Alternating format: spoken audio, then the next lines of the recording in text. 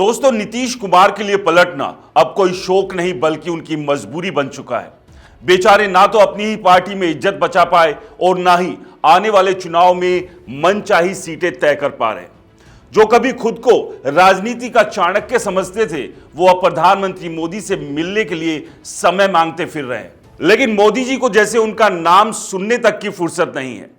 नीतीश बाबू इतने व्याकुल हो गए कि अपने सभी कार्यक्रम, यहां तक अपनी अति महत्वपूर्ण प्रगति यात्रा को भी कैंसिल कर दिल्ली पहुंच गए, इस उम्मीद में कि पीएम मोदी से गले मिलेंगे, कुछ खास डील पक्की करेंगे। लेकिन अफसोस, सारा प्लान धरा का धरा रह गया, क्योंकि मोदी जी को शायद ये पलटमार राजनीति में अब कोई खास दिलचस्पी नहीं है। अब इस बेइज्जती के बाद नीतीश कुमार का गुस्सा 7वें आसमान पर है। बेचारे इतने भड़के कि पूरा भाजपा तंत्र ही लपेटे में ले लिया। सोचिए, जो नेता कभी प्रेशर पॉलिटिक्स का उस्ताद समझा जाता था, वो अब खुद प्रेशर में आकर बौखलाए फिर रहे।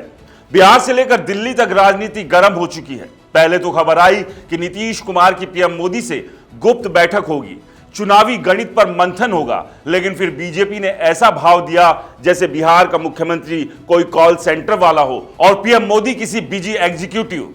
अभी बिजी हूं, बाद में कॉल करेंगे। अब जब इतनी ही बेइज्जती हो गई तो नीतीश कुमार ने भी अपनी अहमियत जताने के लिए दिल्ली में हुए शपथ ग्रहण समारोह से कन्नी काट ली।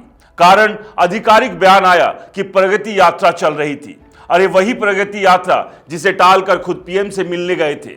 क्या शानदार बहाना है। अब मजे की बात ये कि आरजेडी के विधायक भाई वीरेंद्र ने तो ये खुला दावा भी ठोक दिया कि नीतीश कुमार जल्द ही आरजेडी के साथ आने वाले हैं। और यही कारण है कि उन्होंने बीजेपी के शपथ ग्रहण में जाना जरूरी नहीं समझा।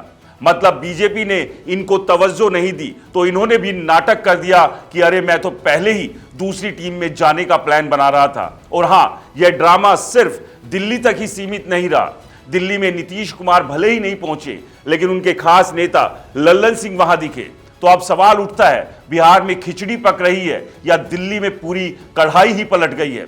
तो कुल मिलाकर जो खेला नीतीश बाबू दूसरों के साथ करने की कोशिश कर रहे थे, अब वही उनके साथ होता नजर आ रहा है।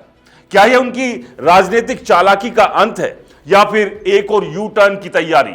इस महागठबंधन वाले महानाटक पर आपकी क्या राय है? हमें कमेंट्स कर जरूर बताएं। और दोस्तों, रिपोर्टर जी चैनल को अगर सब्सक्राइब नहीं किया है तो चैनल को सब्सक्राइब करना ना भूलें।